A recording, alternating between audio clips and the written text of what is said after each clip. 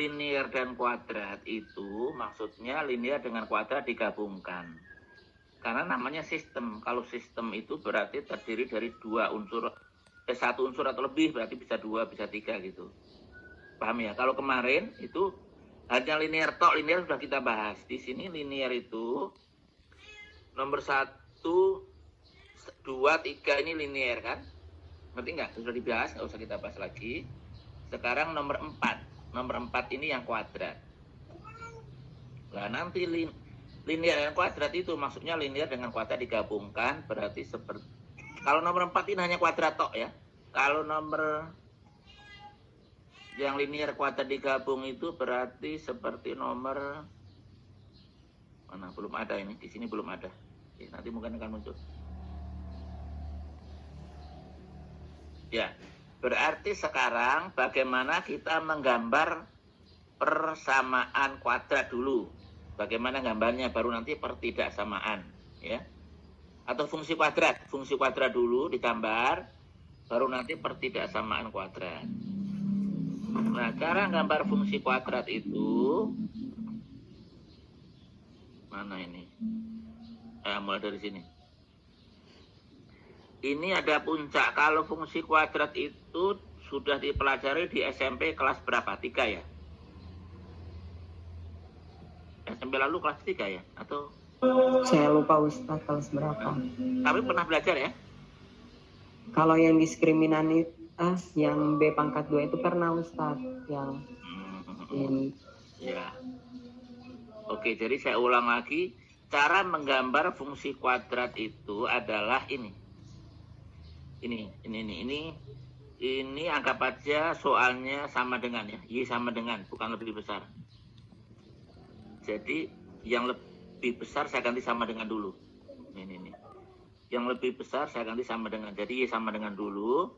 Cara menggambarnya adalah titik potong sumbu X, titik potong sumbu Y, terus menentukan titik minimum. Terus baru gambar. Jadi urut-urutannya titik potong sumbu X. Kalau titik potong sumbu X berarti apa? Y-nya 0. Betul nggak? Kenapa? Kalau titik potong ini kan sumbu X, ini sumbu Y. Nah, kalau titik potong sumbu X itu kan di sini. Nah, titik di sini ini kan Y-nya 0. Kalau titik potong sumbu Y di sini, ini kan X-nya 0. Betul kan? Iya, Ustaz. Paham sampai sini? Paham. Berarti kalau Y-nya 0 dibuat sama dengan 0 di sini ya. Ini tadi kan sama dengan ya. Dibuat sama dengan 0 ini. Terus difaktorkan ketemu titiknya. Sampai sini ngerti nggak? Paham, Ustaz. Paham? Kalian tadi sudah baca belum nomor 4? Sudah sempat baca belum nomor 4? Saya belum Ustaz. Masih di nomor Oke, kalau gitu sekarang semua baca nomor 4. Saya kasih waktu 2-3 menit. Nomor 4 tok, nomor 5 nggak usah. Cukup nomor 4 tok. Dibaca 2-3 menit, nanti saya terangkan. Saya terangkan lagi. Yuk baca dulu.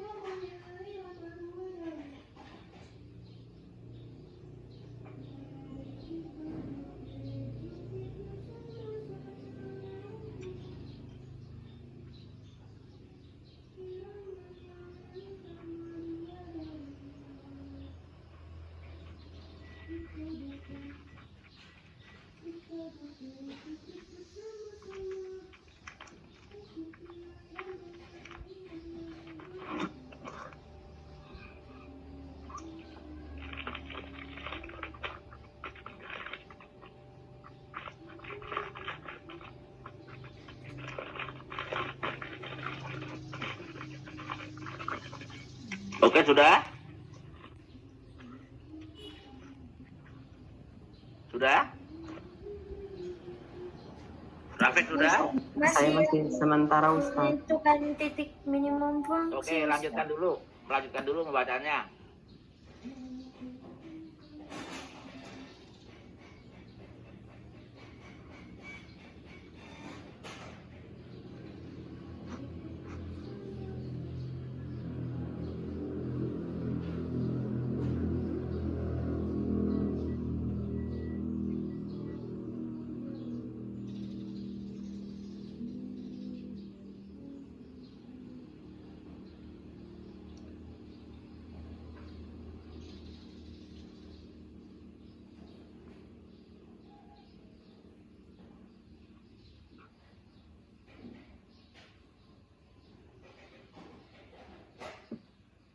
Sudah Ustaz.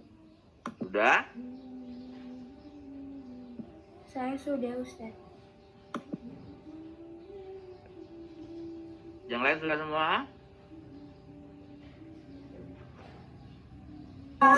Haruskan selesai Ustaz. Oke, ada pertanyaan?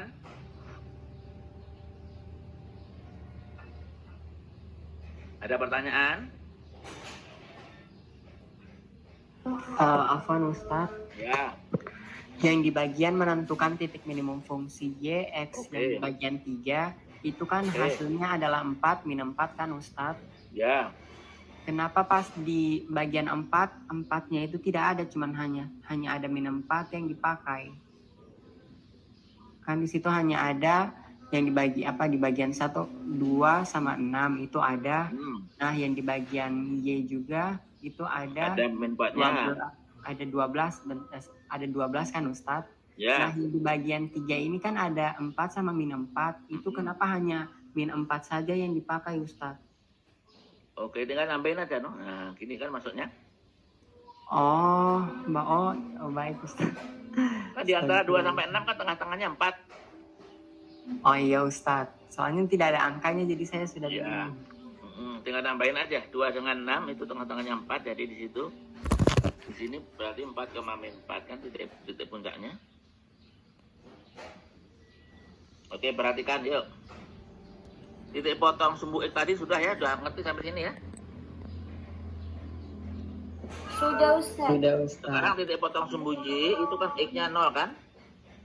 X-nya 0 tinggal X-nya diganti 0 nanti ketemunya min 2 ke 0,12, mengerti? Paham Ustaz. Oke, sekarang menentukan titik puncak. Titik puncak itu bisa titik minimum, bisa titik maksimum. Kalau dia terbuka ke bawah kan jadi titik maksimum.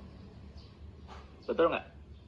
Iya Ustadz. Jadi Ya, secara Ustaz. umum kita bilang aja titik puncak. Kita nggak usah bilang titik minimum atau maksimum. Pokoknya titik puncak aja. Titik puncak itu bisa minimum, bisa maksimum. Lah caranya kalau seperti ini menurut saya panjang hitungnya. Jadi cukup titik puncak ini X-nya adalah min B per 2A.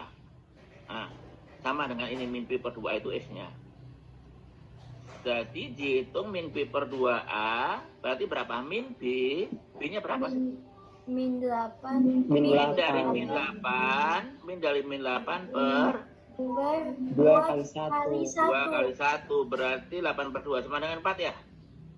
Iya Ustaz. Iya. Nah ini 4 ini kan, 4 kan? Lah 4 koma, lah komanya itu tidak usah pakai rumus ini, nggak usah. Rumus ini nggak usah, ini ngapalkannya susah. Mendingan langsung 4 ini masukkan ke Y. 4 ini masukkan ke Y sini, masukkan situ. Berarti Y sama dengan X-nya ganti 4, berarti 4 kuadrat dikurangi 8 kali X-nya 4 tambah 12. Ngerti nggak? Jadi berapa ini dihitung? 16 ya, 4 kuadrat 16 ya, 16 dikurang 32 tambah 12. Jadi berapa itu kalau dihitung sama dengan? Min 4. Ya. Mengerti nggak? Paham Ustaz. Lebih gampang mana pakai rumus B kuadrat min ini dengan langsung dimasukkan ke sini? Lebih gampang mana? Yang Y Ustaz. Iya, kalau saya setelah yang penting ketemu X-nya dulu, X-nya puncak, rumusnya min B per 2A ini. Setelah ketemu X, untuk mencari Y tinggal masukkan ke Y. Itu gampang, tidak usah banyak menghafal. Yang dihafal cukup bahwa X-nya itu adalah min B per 2A ini. Ini namanya sumbu simetri ya. Sumbu simetri, min B per 2A. Ini disebut sumbu simetri, kenapa? Karena antara kiri dan kanan kan simetri. Nah ini sumbu itu garis. Mengerti nggak? Mengerti nggak? Iya Ustaz, paham. Jadi garisnya itu nanti fungsi kuadratnya adalah melalui 2, 0, 6, 0, terus ini 12, terus puncaknya di sini ini ada 4, sebenarnya ada 4. Nah, jadi nanti gini, ini adalah fungsi kuadratnya. Tapi masalah di sini menentukan himpunan penyelesaian kalau lebih besar, ya kan? Lah kemarin itu kan untuk menentukan mana yang diaksir ada 2 cara. Pertama apa? Pertama dilihat Y-nya lebih besar atau lebih kecil kan? Iya Ustaz. Dilihat Y-nya lebih besar atau lebih kecil. Kalau Y-nya lebih besar berarti yang di atas, yang diaksir. Tapi Y-nya sudah positif dulu loh ya, Y-nya sudah positif. Terus yang kedua dengan diuji titik apa yang diuji titik 0,0. 0,0. Oke, dengan cara pertama sekarang. Dengan cara pertama ini dilihat Y lebih besar. Kalau Y lebih besar berarti mana yang diaksir? Yang di atas. Di atas. Tapi masalahnya kan begini, kalau yang di atas itu yang mana ya? Berarti ini yang diarsir. Ngerti nggak? Iya Ustaz. Nah, berarti ini yang diarsir, HP-nya yang diarsir. Cara kedua, dengan diuji 0,0, masukkan 0,0 coba. Kalau 0,0 berarti ini dicek dulu, X-nya ganti 0, Y-nya ganti 0, 0 lebih besar 12. 0 lebih besar 12, ini kan X-nya ganti 0 kan. 0 lebih besar 12, betul apa enggak? Salah Ustaz. Salah, berarti titik 0,0 itu ini di sini, ini salah, tidak masuk ke penyelesaian. Daerah di mana 0,0 berada itu salah, tidak masuk ke penyelesaian. Sehingga penyelesaiannya adalah daerah sebelah, yang daerah sini. Mengerti enggak? Jadi ini kan ada 2 daerah. Pertama daerah sini, ya kan? Yang kedua daerah sini kan? Bawah sini kan? Nah 0,0 itu kan terletak di sini. Di daerah bawah. Berarti kalau daerah bawah tidak masuk, otomatis daerah sini yang masuk. Bisa ikuti nggak? Paham Ustaz, iya. Oke, sampai sini bisa. Terserah kalian mau pakai uji titik boleh, pakai kalau Y-nya lebih besar berarti di atas gitu juga boleh, sama aja. Sampai sini bisa ikuti? Bisa Ustaz. Nah, permasalahannya ini kenapa garisnya ini putus-putus? Ini garisnya kan putus-putus. Kenapa? Terus artinya apa kalau garis putus-putus? Garis putus-putus itu artinya di sini di kurvanya ini dia tidak masuk sebagai penyelesaian karena putus-putus. Tidak masuk. Kenapa putus-putus? Karena ini hanya lebih besar toh, nggak pakai sama dengan. Kalau dia pakai sama dengan maka garisnya garis lurus ini terhubung. Oh. Kalau tidak pakai sama dengannya nggak pakai, hanya gini toh, berarti garisnya putus-putus. Paham? Paham Ustaz. Seperti juga hanya terjadi di garis persamaan garis kemarin. Ya. Oke, sampai sini bisa ikuti? Berarti tidak ada HP-nya Ustaz. Iya, kalau ini nggak ada HP karena HP-nya adalah yang diminta itu hanya suruh mengarsir, berarti yang diarsir hanya ini aja cukup. Ini yang diarsir. HP-nya yang diarsir itu. Oh iya Ustaz. Jadi terakhirnya yang diminta itu yang diarsir itu. Kalau sudah sampai yang diarsir sudah selesai. Karena soalnya adalah mencari daerah yang diarsir. Mengerti? Iya Ustaz, paham. Sekarang nomor 5. Kalian baca dulu nomor 5.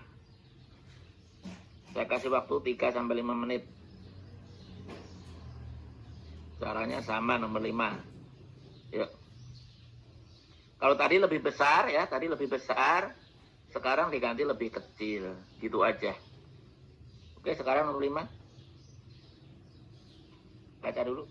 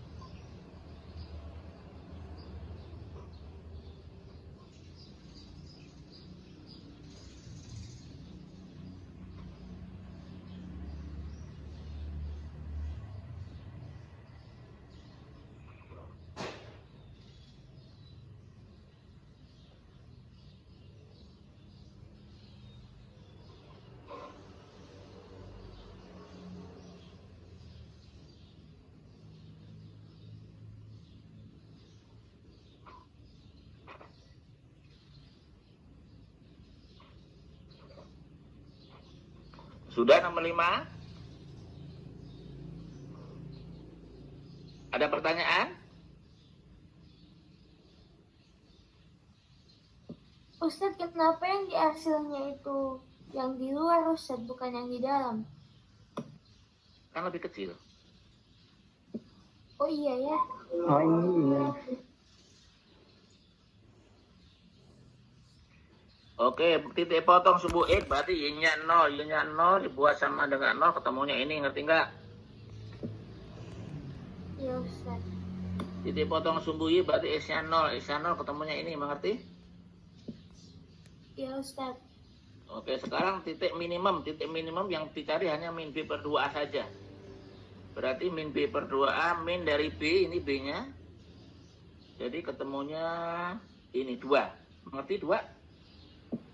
Iya, Ustadz. Mencari Y-nya bagaimana? Masukkan ke sini. Tetap. Y sama dengan X-nya diganti 2. Berarti 2 kuadrat 4. dikurang 4 kali 2 dikurang 5. Berarti 4 dikurang 8 min sorry. Dikurang 5 lagi. Berarti 4 dikurang 8 itu min 9 ya? Oke, min 9. Ya kan? 4 dikurang 8 min 4 dikurang 5 jadi min 9. Jadi 2, min 9 di sini. Di sini ada 2-nya. Di sini ada 2 sebenarnya.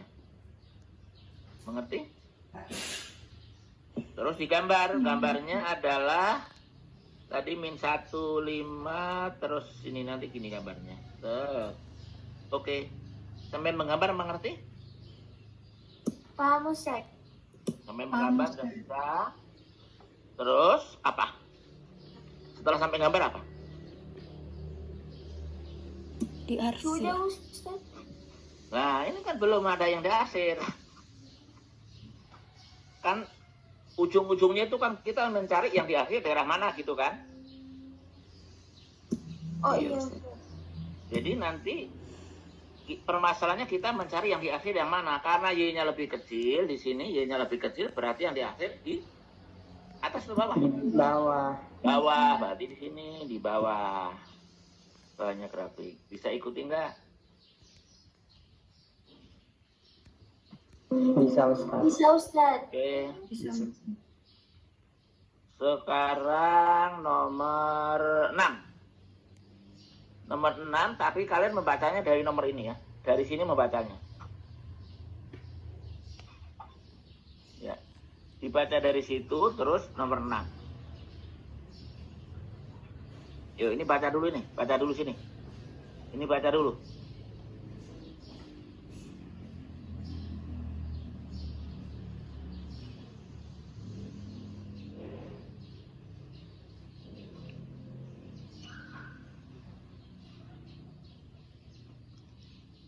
Ya, nomor 6. Diikuti nomor 6 silakan.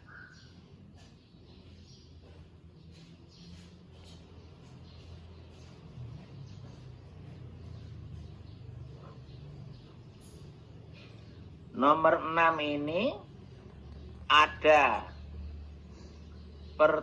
yang kalau nomor 5 itu ada pertidaksamaannya, disuruh mencari yang diarsir, ya kan? Nomor 4 juga sama, ada pertidaksamaannya, disuruh mencari yang diarsir. Sekarang nomor 6 ini dibalik.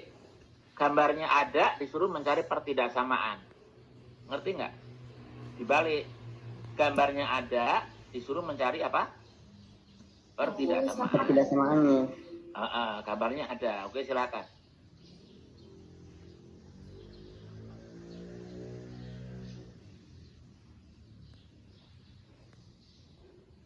Baca nomor 6 dulu.